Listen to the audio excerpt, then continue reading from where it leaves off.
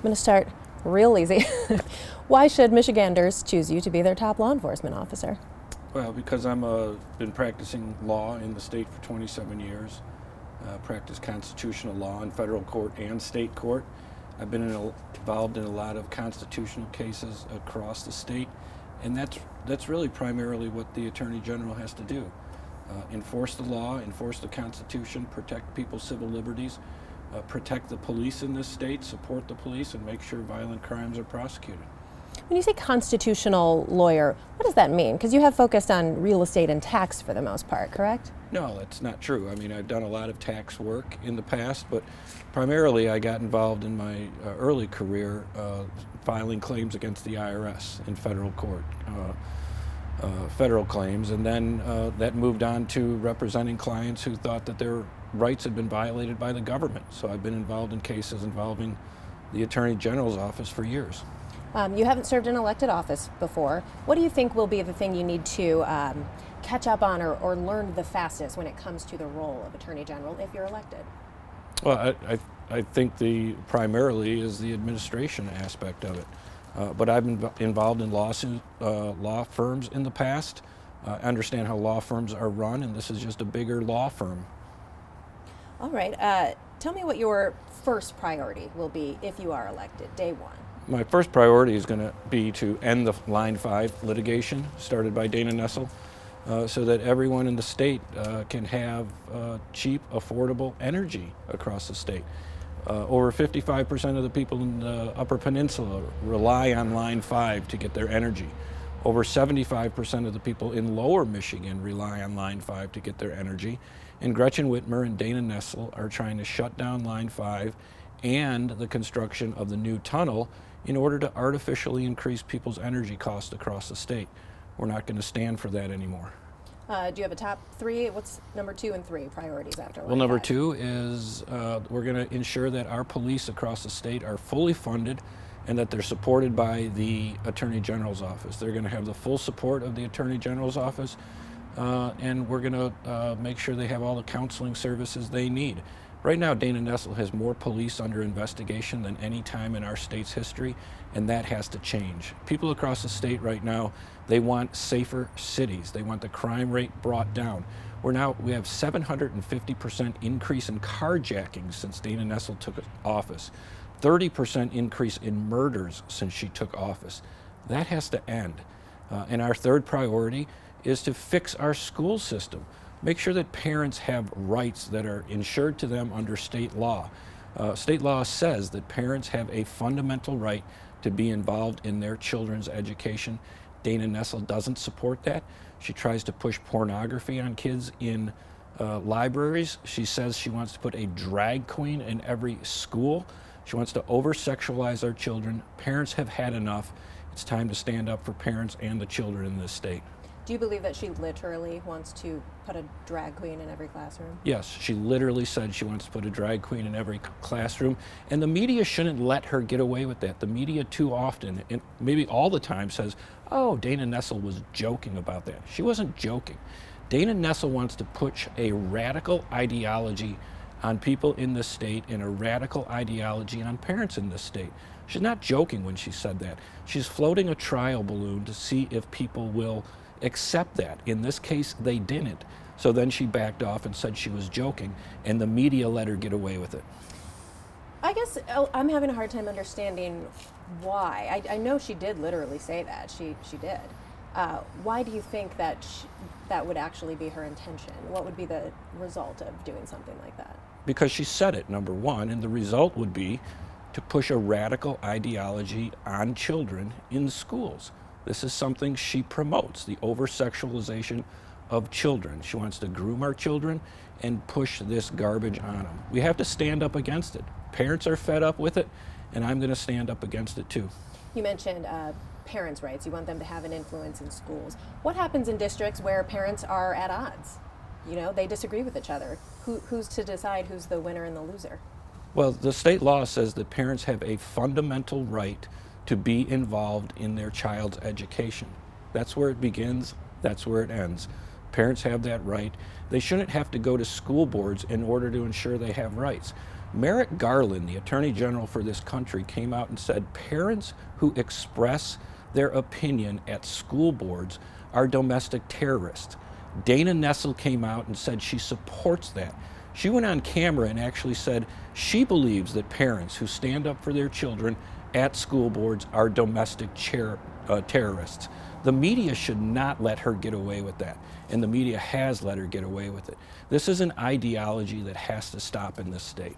And how, if you are elected, how does the Attorney General specifically make a difference in what's happening at the local level in school boards? Well, we enforce the state law that says parents have a fundamental right to be involved in their child's education. Dana Nessel thinks she can enforce certain laws that she likes and not enforce laws that she doesn't like. That is a radical ideology that has to change. The Attorney General's job is to enforce the law and support the Constitution. Dana Nessel refuses to do it. I will do it, and I'll support every parent's rights in this state. Parents need to know I will be their champion in the state of Michigan. Aside from schools, what kind of tangible difference do you think you can make in Michiganders' life? Something that they would notice day to day? Well, we're going to reduce inflation. We're going to lower gas prices. We're going to fix the economy in this state. Businesses are leaving across the state right now saying they'll no longer invest billions of dollars in the state of Michigan because, number one, they say they're not going to put up with the government anymore radicalizing and weaponizing the healthcare department against them. When Whitmer shut down this state, and let's never forget she does it, and too often the media wants to give Whitmer a pass on that. Whitmer shut down this state. She closed businesses across the state. She forced people to leave the state, and when people wanted to keep their businesses open, she had her bulldog, Dana Nessel, go out and put those people in jail. How did we get to that point, and how did we let it happen? Businesses have left our state because of that. Businesses have also left our state because they say we have a failing education system. We're no longer teaching our kids critical math, critical reading, and critical science. Instead, we're trying to teach our children about the number of genders that exist. Businesses say they've had enough, they're leaving. The Attorney General has a lot to do with that. Number one, we will never, ever allow the government to close this state down again. Never going to do it. Never going to allow this weaponization of the healthcare department. Look at us outside today here. Why are we outside? We're outside because you guys have a policy regarding COVID and vaccination, right? Mm-hmm. Your campaign manager did say it was fine to go inside and show that proof, but it would be easier to not collect that information from your staff. I understand that, but the point is that here we are. We have to end this nonsense. We got to get back to allowing people to do businesses and not pushing mandates on them. We'll never push mandates on people again in this state, and we'll end critical race theory in this state. The Attorney General has a lot of say in that, and that's what we're going to do. We're going to bring businesses back to Michigan. You know, we want everyone in the country to say, I want to move to Michigan. I want to live in Michigan. That's where people live free. Instead, we got people leaving the state, going to Indiana, Kentucky, Tennessee, saying we're not going to put up with the radical Michigan government anymore. It's too hard to do business, too many rules and regulations, and they've left. We're going to bring them back. We're going to be a big change in the state. Business is going to come back. Our economy is going to boom. And like I said, people are going to say, we want to go live free in Michigan. So if, and hopefully this never happens, if there's another pandemic, a deadly virus that we have no vaccine for, you don't believe in any sort of mitigation measures like a shutdown or like restrictions that as there were at the beginning of the pandemic? No, we're never going to shut this state down again. Think of what happened in this state. Businesses were closed, businesses left. We had people in this state thanking the government for letting them stay open at 30%. How did we get to that point where we thank the government for letting us do business and put food on our tables? Think about what happened in schools, where we shut down schools, or we segregated our children. We put children behind plexiglass. How did we get to that point where we allowed that to happen? Think about hospitals, where people died alone in this state. Parents had to say goodbye to their children through FaceTime from the parking lot. and we had hospital administrators telling parents, go say goodbye through your iPhone in the parking lot. How did we allow that to happen? They were shouting at parents saying, government orders, governor's orders. And that's never going to happen again. We're not going to do that in a state where I'm Attorney General anymore. So would you be in favor to avoid all of those side effects of letting a deadly virus spread unchecked? Well, I think we have to certainly contain deadly viruses, but what we had in this case was a vaccine, as they say, that was never actually FDA tested or approved. But the point is that Dana Nessel was sending the police across the state to lock up people, like a pizza shop owner. Remember they locked up Marlena? They locked her up for 3 days, I believe, because she tried to keep her business open. That's not going to happen in a Matt DePerno administration anymore. Let's talk about crime. What do you believe is Michigan's most pressing issue in regards to crime? Well, we're no longer prosecuting violent felons anymore, and Dana Nessel doesn't support the police. You go into Washtenaw County, for instance, they're operating at a 1/3 capacity in the sheriff's department because police officers know that when they make an arrest, it's going to come with a complaint. And Dana Nessel now has more police under investigation than any time in our history. We've got illegal fentanyl flowing across the borders, destroying families and killing children. We've moved up to number 10 in sex trafficking. Like I said, we now have a 10% or 30% increase in murders, 700% increase in carjacking, and it's because Dana Nessel is an absolute coward. She refuses to stand up to the drug cartels. How do you enforce? You can't enforce the law that way. She's weak. We have to enforce the law. We got to start prosecuting violent felons. We've got too many radical leftist prosecutors in this state trying to practice restorative justice, as they call it, where they say that the victims have to meet with the perpetrators before a sentence can be handed out. We're going to end that. We're going to put violent criminals in jail. We're going to decrease crimes, and that's what people want across the state, safe cities. They want their kids to be able to walk to the bus stop and be unharmed. And we don't see that right now because we got a radical leftist attorney general pushing her own social platform on us. Do you believe there's any room for improvement or reform in policing in Michigan? There's always room for improvement, but what we have to do is support the police and make sure they're fully funded. Dana Nessel supports the defund the police movement. You can't lower crime in that type of environment. She's directly responsible for the crime wave in the state. Where specifically do you think there's room for improvement? Well, there's always room to make sure that we have good cops doing good police work. There's nothing wrong with making sure that that happens. But what we have is a complete overreach and Dana Nessel actually attacking police on a daily basis. I've talked to many of them. Look, Dana Nessel just put out her endorsements from sheriffs across the state. We have 83 counties, and after 4 years, she put out an endorsement of only 5 sheriffs, and they're the sheriffs from the most radical counties in this state. I mean, come on, no one can actually say she's done a good job when she only has support of 5 sheriffs out of 83 counties. I put out our endorsements. We have more endorsements than from sheriffs than Dana Nessel does. The truth is she's done a miserable job. She attacks the police, and they don't support her. We're coming up on 1 year since Oxford High School. What could you do as Attorney General to protect Michiganders from gun violence on the domestic level and on the scale of a mass shooting? I think we have to fix the problems in our schools. Number one, we got to fix the radical agenda of what they're teaching our children. Number two, I think, certainly we have to harden our schools and make sure kids are protected. We got to get away from the idea of saying that schools are gun-free environments. Of course, if they're soft targets, that's the easiest place to attack.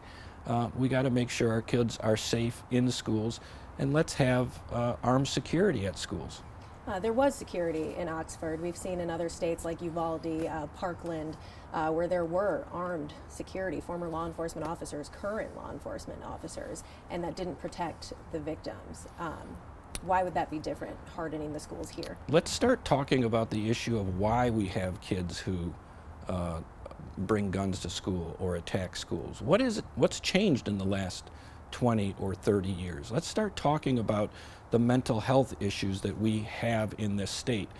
We no longer provide funding to help children in schools who have mental health issues. It's time we start actually allocating resources to help our children. We're not doing that under this administration. We're not doing anything to help children at all, it seems, under the Whitmer-Nessel administration. All right. Let's talk about Flint. Your opponent has taken quite a bit of criticism for the way she's handled that case. What would you have done differently? Well, she hasn't taken enough criticism, and the media has really let her off the hook on this. Remember, when Bill Schuette was Attorney General, he was prosecuting both Democrats and Republicans. He was an Attorney General who didn't care about party ideology. Dana Nessel came into office, dismissed all of those cases, and then attacked her political opponents and the former Governor Snyder. She did it for political reasons. She created a one-person grand jury system and issued indictments where the defendants had no ability to challenge the evidence. The Michigan Supreme Court, in a 6-0 decision, said, Dana, stop weaponizing your office against your political opponents. They said you created an illegal and unconstitutional Star Chamber comeback, and they dismissed those lawsuits. Now, the reality is the statute of limitations on those crimes has expired. Regardless of what Dana Nessel wants to tell you, she cannot refile those cases. No person in Flint who suffered, none of those families who had loved ones died, will ever see justice now because of the utter incompetence of Dana Nessel. That is a tragic story, and the media is giving her a pass over and over again. This should be one of the major headlines that runs every day in this state when they talk about her utter incompetence and talk about how she destroyed justice in Flint. You know, I do want to give our viewers a clear idea of what they're going to get with either candidate. So I do want to hear a specific approach, a different approach that you would have taken with Flint. We would have followed the law.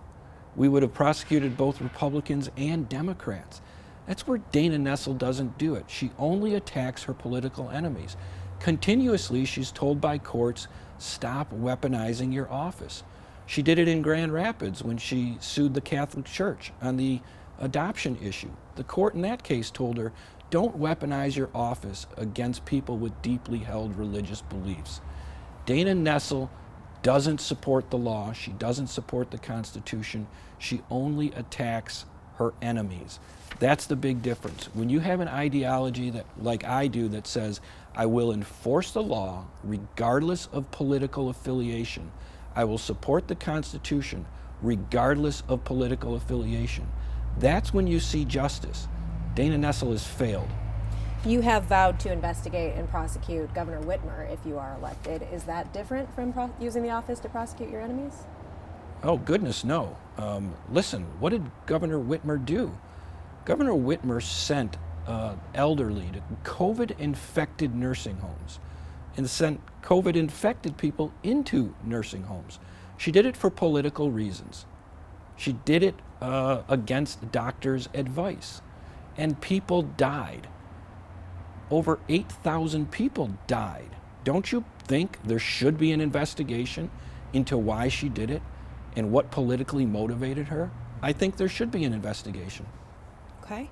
Let's go on to the ballot proposals. We'll just kind of go from 1 to 3. Starting with Proposal 1, tell me if you support or oppose it and why. Number one? Mm-hmm. Number one, I am opposed to. And why?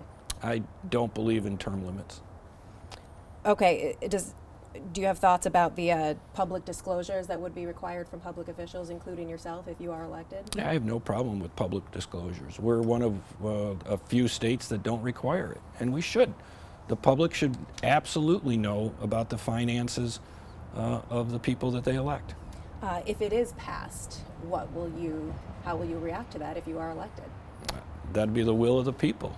So you would accept that? We would accept it and enforce it. Okay. Prop 2. Prop 2, unfortunately, codifies the fraud we saw in the last election. I am totally opposed to Prop 3. We need to eliminate this mass absentee ballot program that's currently being used. I have no problem with absentee ballots for people who have legitimate reasons, but the mass mailing of unsolicited absentee ballots creates fraud. And when you combine that with the Secretary of State's directive to people to not enforce signature verification rules, that creates fraud. And we need voter ID. Prop 2 is dangerous to Michigan. It's dangerous to the integrity of our elections. 4 years ago, the people of Michigan did overwhelmingly approve absentee voting for no reason at all, more than a 2-to-1 margin. So they are clearly in favor of absentee voting for any reason. So would you uphold the will of the people if you become Attorney General? Absolutely. I'm just saying, as to Prop 2, I am opposed to Prop 2. Okay. We've been talking about, you just mentioned the fraud that you believe took place in 2020. Do you believe today that the 2020 election was fair and accurate? Well, all I can tell you is based on the evidence that I saw in the lawsuit I filed in Antrim County, we were able to prove without question that our election system is vulnerable and it needs to be fixed. There's no question about it. And our legislature ended up passing, I think, about 35 or more bills to tighten up our election system. And Governor Whitmer vetoed every single one of them. That tells us that the Democrats don't actually care about safe and free elections. The evidence of fraud that you say you found, you presented that in a civil case, correct? Yeah, we were able to put out 22 reports in the Antrim County lawsuit that proved, really beyond a doubt, how vulnerable our election system is. And people need to understand that. Don't lump my case in with all the other cases across the country. I was able to get a forensic image of the Antrim County voting system, and I got a court order that allowed me to look at 22 tabulators. And what we proved, I think, was significant. We proved how vulnerable our election system is, full stop. And people should look at that evidence and say, there are problems with our election system, and there is room for improvement. And there's nothing wrong with saying there's room for improvement. Look, in 2016, Democrats were screaming about election fraud. They were saying Donald Trump stole the election. Remember Hillary Clinton saying it was Russia collusion and that the election was stolen. Stacey Abrams from Georgia still hasn't conceded her election and still says that her election was stolen. And there's nothing wrong going back to 2016 and allowing Democrats to look at the results and make challenges. And there's nothing wrong with people in 2020 looking at the results and making challenges. If you did find that evidence, though, why just bring it up in a civil case and not actually go through the measures you would need to for criminal prosecution to take place? We did. I submitted a criminal complaint to the Antrim County prosecutor. And why do you think nothing has come of it? I think nothing has come of it because people are afraid of a tyrant like Dana Nessel. They know that if they take action against her, she will come after them. She has vowed already that if she wins in this election, she will go after Republicans. She's already said she will go after the Republican donor base and elected officials. She will put them under perpetual investigation, and it's her goal to ultimately destroy the Republican Party through lawfare and perpetual investigations. And whether you're a Democrat, Republican, or independent, you should be terrified of an attorney general like that who continues to weaponize her office to attack her political opponents.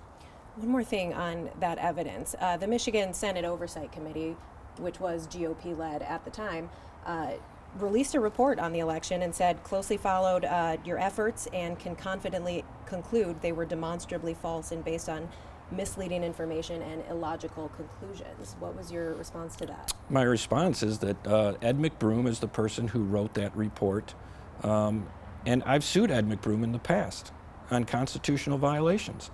Ed McBroom was completely biased when he wrote that. And we also know, based on evidence that we have, that Ed McBroom was communicating with the Antrim County Clerk and was also communicating with Dominion Voting System on how to actually write that report. There's nothing about his report that was unbiased. It was total garbage. So I totally discount it. And other news agencies out there have totally discredited and debunked Ed McBroom's report already. Okay, if you've been hammering home the point that you believe the election system in Michigan is entirely permeated by fraud, it's tainted, how is anyone supposed to trust your victory if you win? Well, I mean, that's a good question, but I'm not in charge of the election system. The Democrats are in charge of the election system. So I think people certainly could trust the election system if Republicans start winning in Democrat-controlled areas. But you make a good point. And the point is that our election system has flaws. And everyone, whether you're Democrat, Republican, or Independent, you should care about that issue. This is a nonpartisan issue in my view. Let's fix our election system. Why did Governor Whitmer veto 30-plus bills handed to her by the Republican-controlled legislature that would have closed up some of these loopholes in our election system? It makes no sense for Democrats to do that. It shows that they don't care about safe, secure elections. So if you do lose in a couple of weeks, will you accept that loss? Well, I'm going to win, so I'm going to accept the results. On the off chance, in your opinion, if you do lose, are you unable to say that you will accept that outcome? Well, I'm not going to lose. I'm going to win. So you're very confident. I'm very confident that we're going to win. We're going to beat the most corrupt attorney general in the country. She is a complete coward, and she's utterly incompetent. There are certain folks out there who believe your very candidacy is a threat to democracy itself. How does that land on you? How do you feel about that? Well, it depends on how you define democracy, I guess. I mean, listen, the Washington Post came out and said I'm number 5 on a list of people, the biggest threats of democracy. CNN came out and said my race is one of the most important races in the country. Why am I number 5 as a threat to democracy? Unless you accept the idea that they're defining democracy in different ways. The Democrats define democracy in different ways than Republicans. Democracy under the Democrat definition is mob rule, it's socialism. Democracy under a Republican definition is a constitutional republic. But dictionaries aren't written by political parties, are they? There is such thing as fact and actual definitions, aren't there? Well, the definitions in this election seem to be written by the fake news media, like the Washington Post, who come out and write garbage stories about candidates, saying that candidates are actually a threat to democracy. It's just like Merrick Garland trying to silence parents when he says that parents are domestic terrorists. And this is something we have to change in our society, and it's something we have to change in politics. The media has to start looking at candidates and elections through a prism of fairness, hard news. That's what we expect from our media. We haven't seen it in this election. We've seen garbage reporting by biased media outlets who want nothing more than content clicks on their website. These are people who are content creators, not hard news reporters. There are a lot of people who believe your intention, should you win, is to undermine, interfere with, possibly even overturn a future election. And you're smiling in response to that. I'm smiling at just the way these things are reported. And nothing could be further from the truth.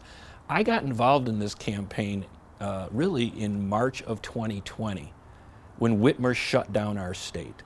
She shut down our state and put people out of business. I started going around the state talking to businesses, telling them, don't shut down your business, don't submit to tyranny. I started helping families of little children who were failing in school or who were sent home from school and couldn't get direction from their teachers, even though they had school learning programs that the school had to satisfy. And I went to those schools to find out why kids were failing and found out they were putting our children behind plexiglass.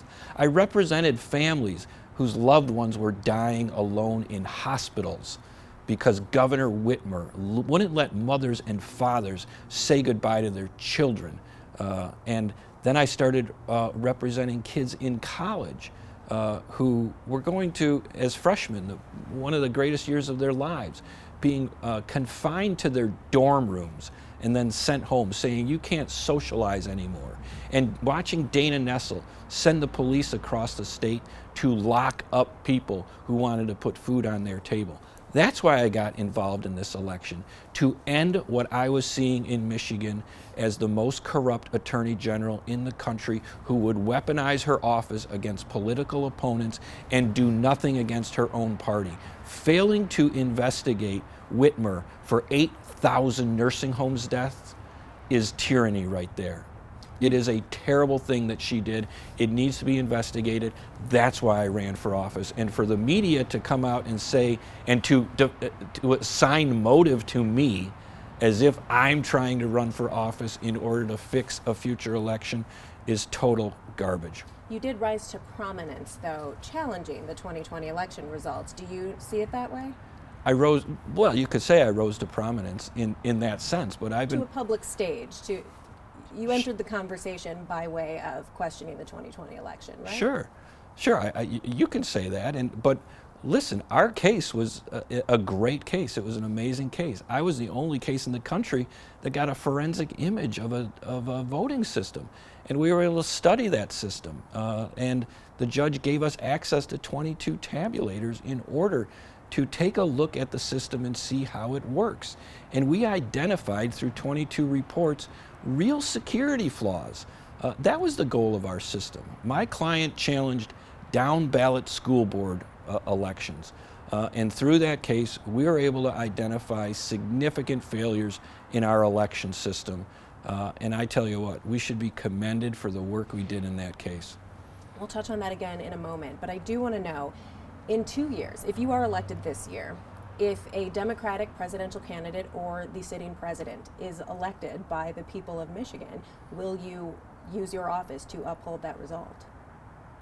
Sure, I don't see why not. I mean, the whole point of my candidacy is all about the rule of law, supporting the rule of law, upholding the Constitution.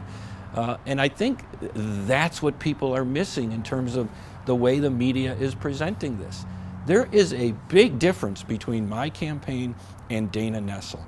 Everything I've ever said is about supporting the rule of law, upholding the rule of law, regardless of political party affiliation. And I've taken heat from the Republican Party because of that.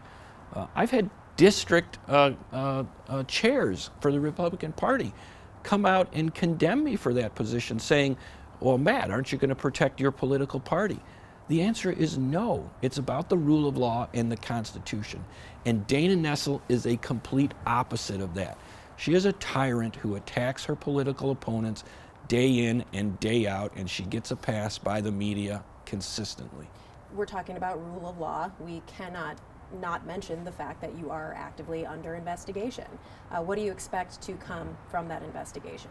Absolutely nothing, because we did nothing wrong. And what have I been talking about? Dana Nessel weaponizing her office against political opponents. She did it in the Catholic Church adoption case. A judge told her, stop doing it. She did it in the Flint water case. A judge told her, stop doing it. She did it in the Mexico Second Amendment lawsuit filed in Boston. A judge said, radical Democrat attorney generals, stop weaponizing your office against political opponents. And now she's done it to me. Listen, she started an investigation against me in February, knowing I would be her political opponent. She used taxpayer dollars to do it.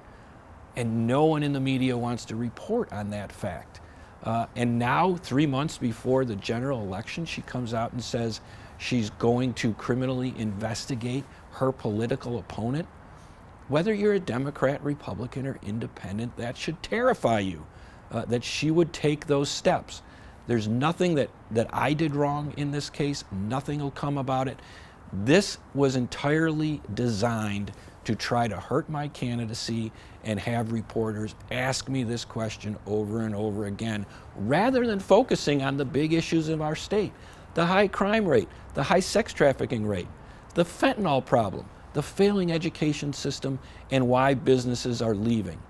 Let's not talk about inflation, the high gas prices, right? Let's talk about an investigation that Dana Nessel started against her opponent. It is terrifying to think that we live in a society like this with Dana Nessel at the helm.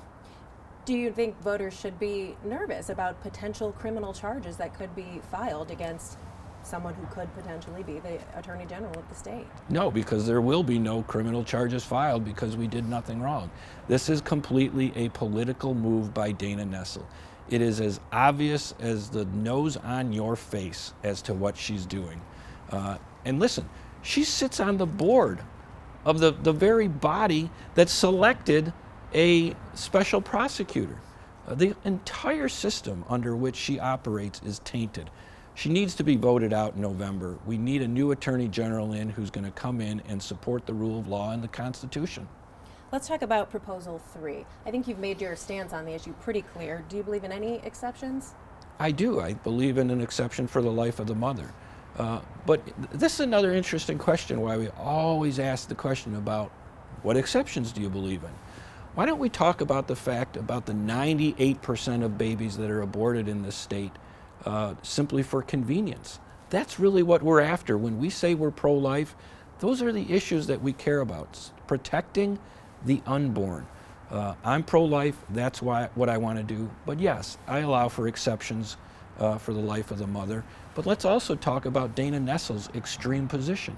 She supports partial birth abortion up to the day of delivery for any reason. How do you accept that position? That is radical, that is extreme. The vast majority of people in the state do not support Dana Nessel's position.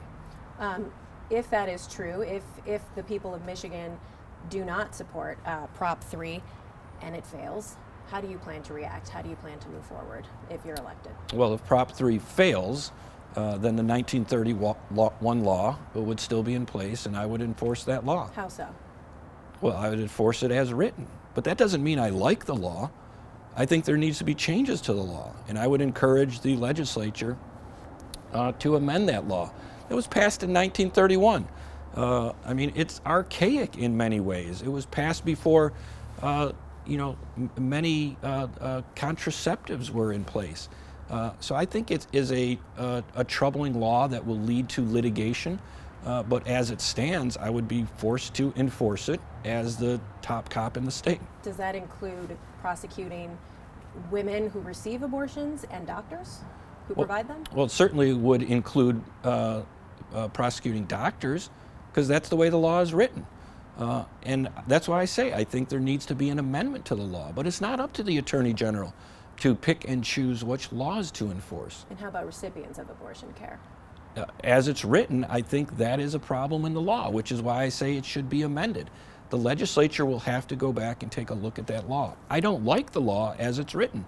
I've been very clear about that. But the Attorney General's job is to enforce the law, not pick and choose. And that's a problem we have with Dana Nessel. She is not in the House of Representatives. She's not in the Senate. Had she wanted to be someone who passes laws, she could have ran for those positions. She ran for Attorney General. Not her job to pick and choose which laws to enforce. If 3 does pass and that right is enshrined in the state constitution, how do you plan to react? That would be the will of the voter. There's nothing for me to do at that point. There would be no attempt to subvert that? I would have no plans to do that. I think again, the Attorney General has to respect the will of the voter and enforce the law. You mentioned contraceptives.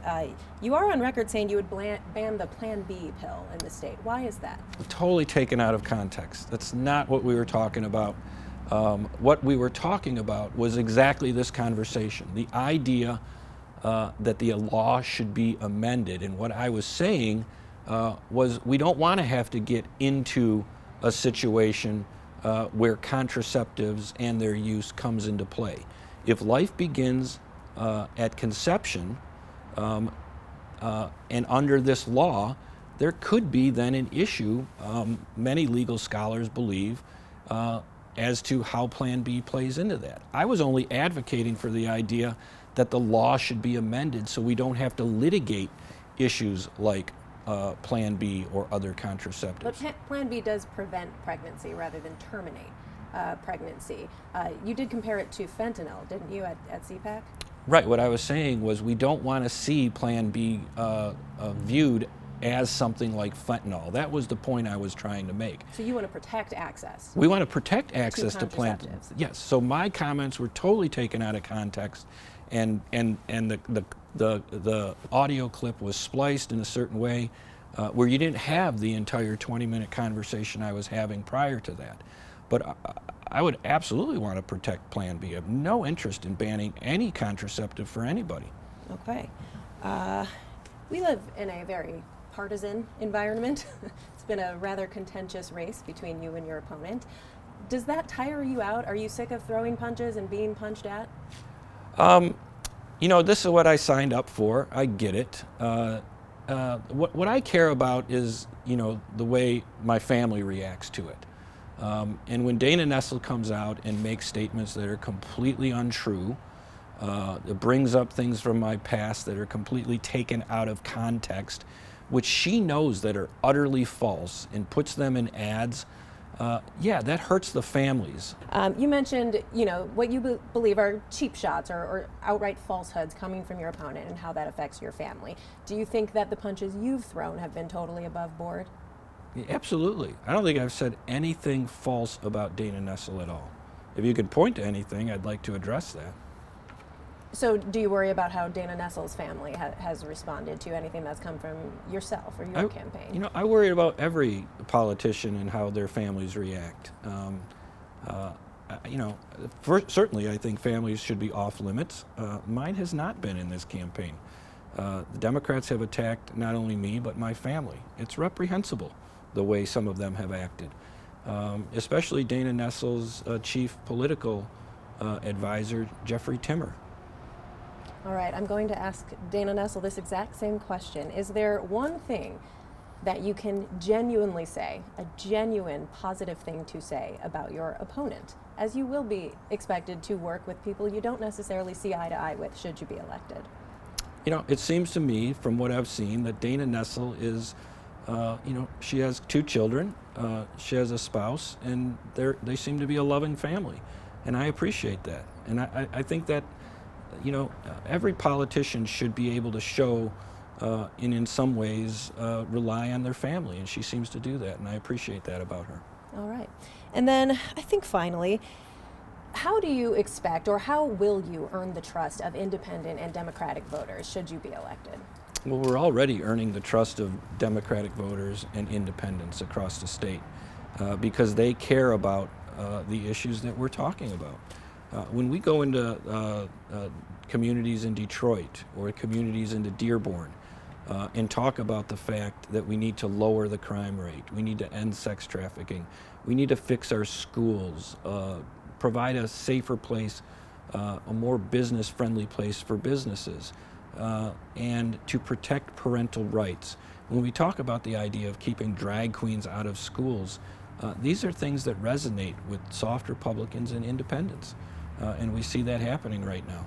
What about you referred to them as leftists. You've used that word a couple of times today. I'm not talking about moderates and people who may lean right or left. I'm talking about the blue, the people on the left. Well, it's always my goal to bring everyone into the conservative wing in the state. And I'm not talking Republican or Democrat. I'm talking about a conservative brand of politics, which means low crime, safe schools, and business-free environment. I think that's ultimately what people want. So we're seeing changes in the state of Michigan right now. I think we're seeing Michigan move from a purple state to a red state because they've seen what destructive policies Gretchen Whitmer and Dana Nessel have brought over the last 4 years. They see the fact that there's inflation, high gas prices. You go to the grocery store, you can't find everything, or things are too expensive. People talking these days about the fact that they can't feed their pets anymore, and that people have lost at least 1 month of income out of a 12-year cycle due to inflation. That affects people. Those are real things that need to change, meat and potato issues that people really care about. And I think we're seeing a shift in this state right now away from the progressive brand of politics brought by Whitmer and Nessel into a more conservative brand of politics brought by Matt DePerno. You've mentioned aspects of politics that you don't particularly enjoy. You've accused your opponent of politically motivated behavior that you don't approve of. Is there any way that you will take away from that polarization if you are elected? Is there any way that you can bring that temperature down and make Michigan one of the states in the country that's not so contentious? Yeah, we want to do that by just enforcing the law. And that's a big part of it. If you enforce the law equally for everyone, equal protection under the law across the board, I think you bring harmony across the state. And that's where Dana Nessels failed. She really has. Weaponizing your office against political opponents over and over and again just to push a progressive liberal agenda does not make people happy. And people see it. They know what she's done. So if you are elected, can we expect to see you prosecuting Republicans and Democrats? Absolutely. Listen, I've sued Republicans in the past. In federal court, I've sued the Michigan House of Representatives on the Republican side, claiming they violated people's civil rights. I'm not a partisan guy in any way. I'm a law and order guy who loves the Constitution and wants to enforce the rule of law.